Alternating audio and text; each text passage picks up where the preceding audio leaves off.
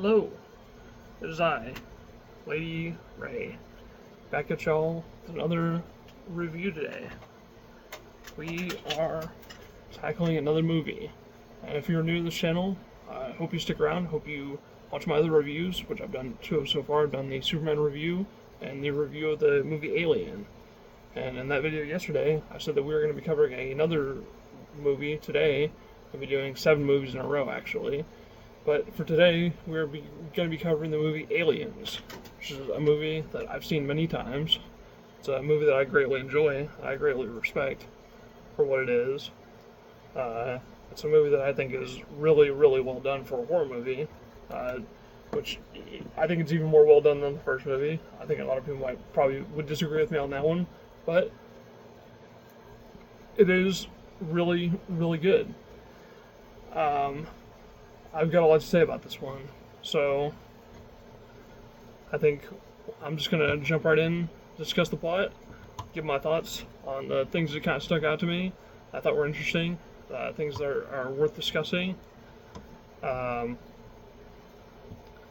guess briefly I should discuss casting and the direction. It was directed by James Cameron. It stars Sigourney Weaver and a few other people. I forget the name of the dude who plays Bishop or Hudson. They're both good actors, though. I've seen them in other things for sure. I can't remember their names off the top of my head right now. I didn't write them down in my notes. I should probably start doing that. But for me, Sigourney Weaver's the star of the show. She absolutely steals the show in this movie. She's always been a favorite of mine, someone who I've always looked up to and always idolized. I've always loved how she's characterized in these first 2 movies. So let's get into it. So the movie begins with the Weyland-Yutani Corporation rescuing Ripley as she is still in cryosleep after the end of the first movie, and we learn instead of her being in cryosleep for 6 weeks, as the end of the first movie she thought she might, we learn that they only took a mere 57 years to rescue her from cryosleep, and she's found by a scavenger team that's looking for scrap metal and all that fun stuff. And then we get to a pretty good hospital scene that has a pretty good fake out chest burster scene. They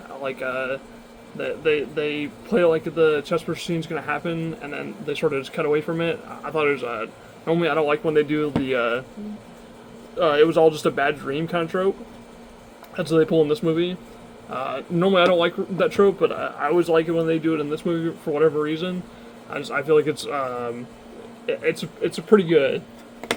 That one definitely got me the first few times I watched it. So I was like, oh shit, they're doing that way fucking early. But well played, James Cameron. You did excellently with that. It's also worth noting that Sigourney Weaver, even though she's playing the movie 7 years later, because the first Alien was in 1979, and then this movie is 1986. It's been about 7 years, and she looks like she hasn't aged a fucking day. She looks fantastic in this movie, and I'm personally impressed by that. And also, you get to see Jonesy right there in the beginning again. He makes a brief reappearance. I'm surprised they found another cat that looked exactly like Jonesy to bring into the movie, but they did for some reason.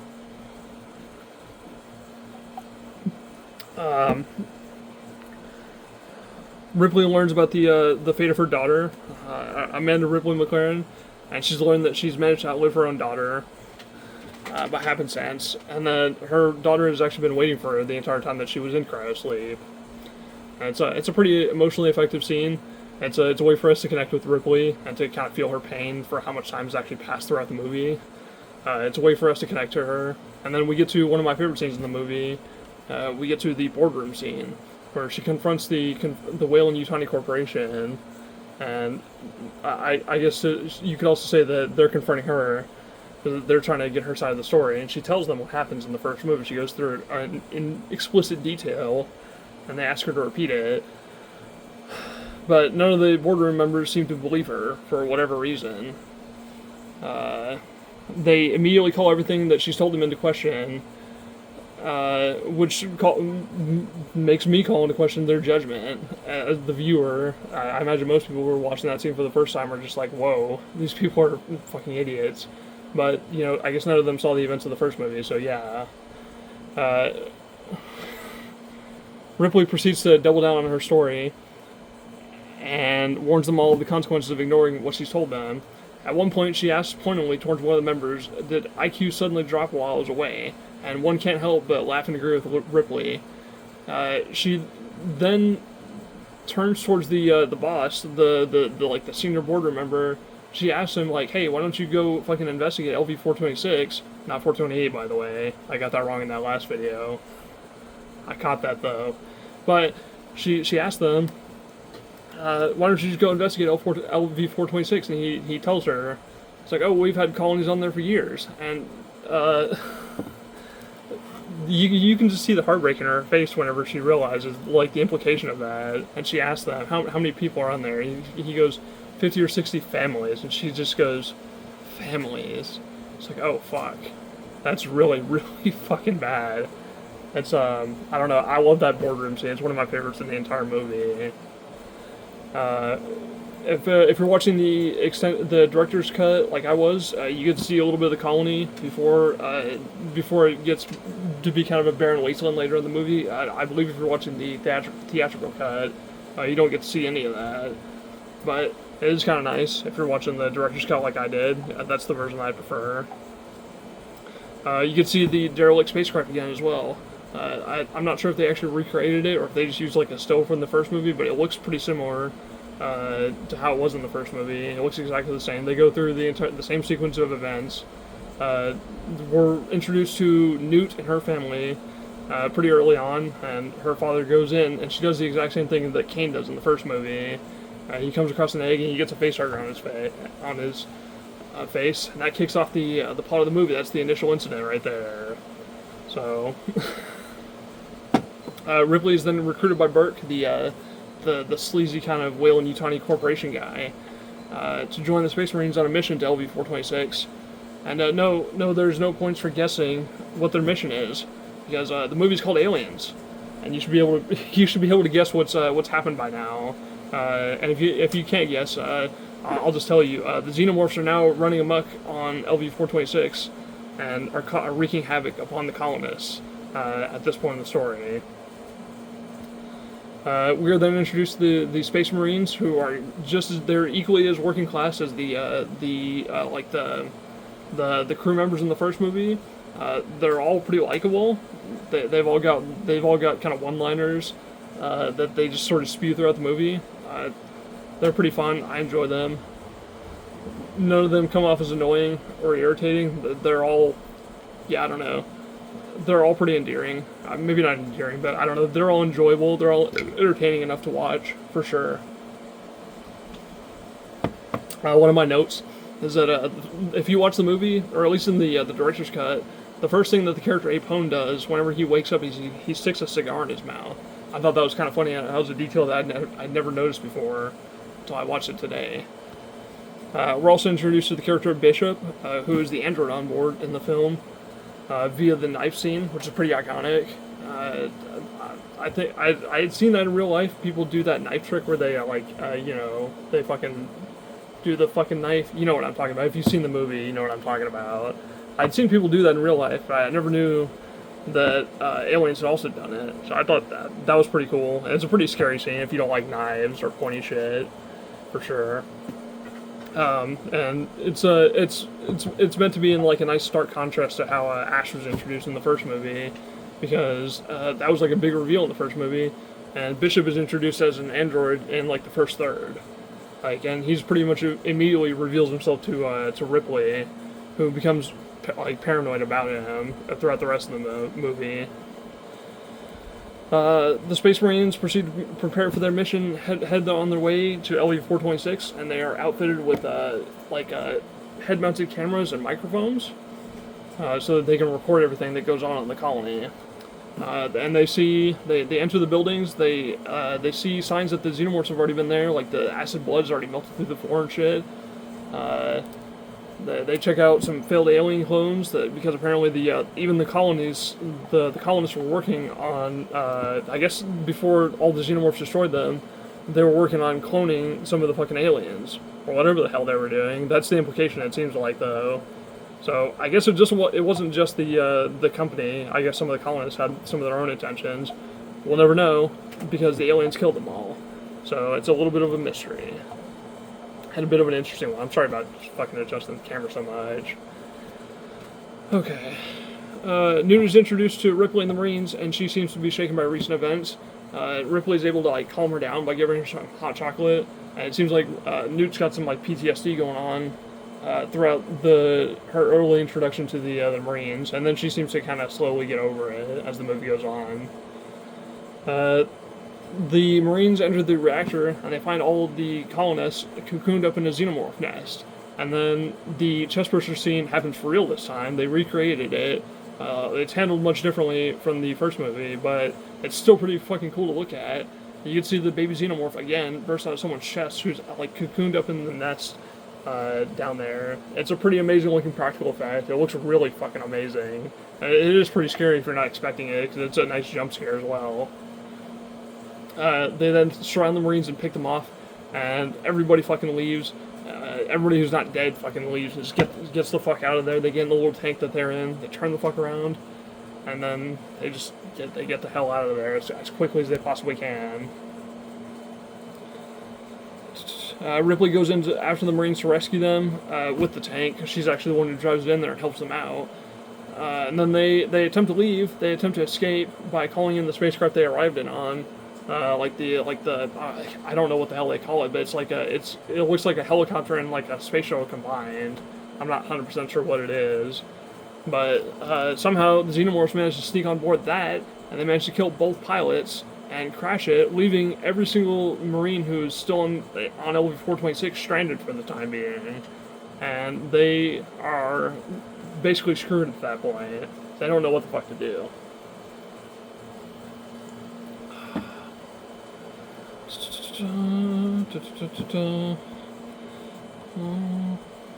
So the Marines then head up into the fusion reactor building and set up remote sentries and barricade themselves in. They set up sentries with ammunition so that they can, and then they look up floor plans, see where the aliens are, all that fun stuff. They set up a nice little fucking area that they can all barricade themselves in and protect themselves for the time being. Burke reveals that his true colors at this time, revealing that he wanted to bring back the specimens of the xenomorphs back to Earth so he could earn more money with the company and keep his reputation intact.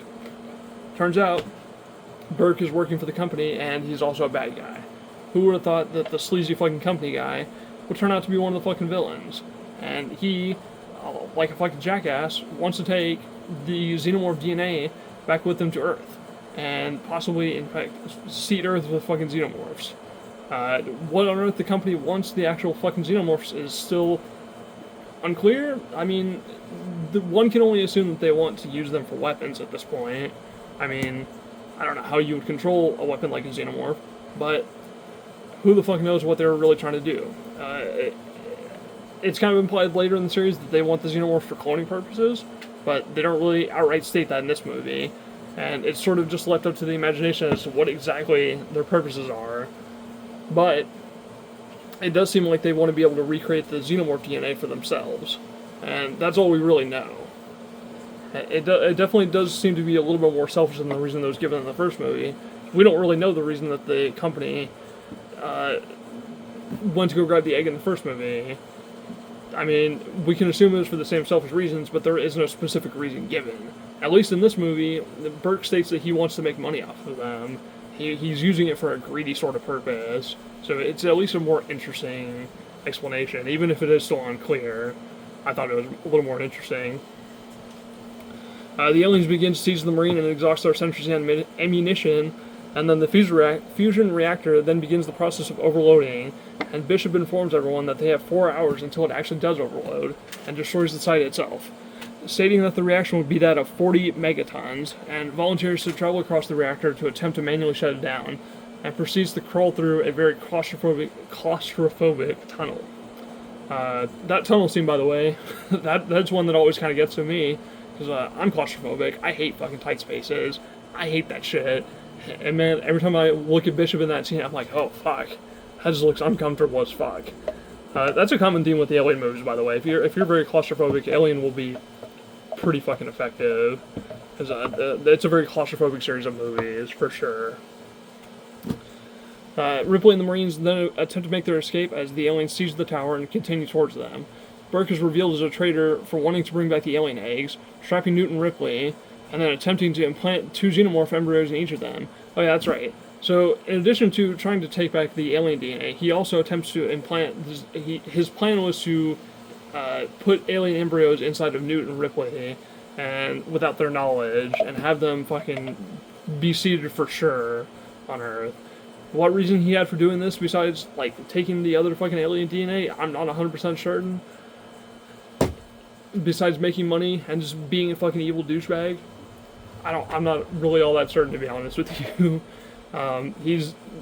It's a pretty horrible thing to do, though. And he attempts to trap them in the fucking thing, in like a medical area with like a facehugger that's trapped, that's trying to kill them both. He then abandons them when the aliens finally gain access and is immediately killed off alongside the character of Vasquez. Ripley, Newt, Hicks, and Bishop all make their way towards the escape routes, but Newt gets stuck and is presumed dead for a while. Everyone else makes it to the surface. Ripley realizes she has enough time to go and try and find, as she is convinced Newt is still alive. Turns out her hunch is correct, and she is able to rescue Newt. And then they both immediately encounter the Queen motherfucking Alien. The Queen Alien is brand new to this series. She is basically the same as every other xenomorph, except she's fucking gigantic. She has a ton of arms. And she's way stronger than any of the other xenomorphs combined. She's pretty fucking badass. Definitely very, very fucking iconic. And she makes appearances in other movies as well. I forget exactly which ones, but I'm pretty sure this is not the only one that we'll be seeing her in. I'm almost positive she'll be making a reappearance in some of the later movies in the franchise, for sure. Ripley proceeds to light up every alien egg around her and manages to piss off the Queen alien on her way out. She appears to kill it and then has to race out of the building before the self-destruct sequence completes, just like in the first film. The Queen reappears again several times throughout the fight, having successfully survived every attempt by Ripley to kill it, until Ripley encounters it one last time on the surface, and proceeds to look away and get on the ship with the remaining crew, which now consists of Ripley, Bishop, Hudson, and Newt. All's well that ends well, right? Just like the first movie. Yep. Definitely no fake-out endings coming here. Well, as it turns out, it's not quite true. There's one more scene. It turns out the Queen Alien, just like the alien from the first movie, decided to stow away on their escape pod, and it manages to follow them back to their little base of operations on Earth, and it's time for Ripley to have one last showdown with it after it manages to slice Bishop in half. Ripley then proceeds to blow it out of the goddamn airlock, but only after entering the fucking mech loader suit that we see her in earlier in the movie, to beat the ever-living shit out of the Queen Alien. As far as fake-out endings in horror movies go, it's one of my personal favorites. I don't normally like fake-out endings too fucking much, but that one was fucking incredible. It's one of my favorites. And the same can be said of this movie. I really enjoy this movie. Not only is it one of my favorite horror movies of all time, it's just one of my favorite movies of all time. It's a movie that I feel like I can sit down, I can watch any time. It's always enjoyable to me. All of the characters are really likable and endearing. All of the actors are, well, they're doing their best. They're doing a really incredible job, especially for horror movie standards. But even like just by normal acting standards, they're doing pretty good. I have no complaints in the acting department. No one sticks out as particularly bad to me. All of the practical effects look fucking amazing.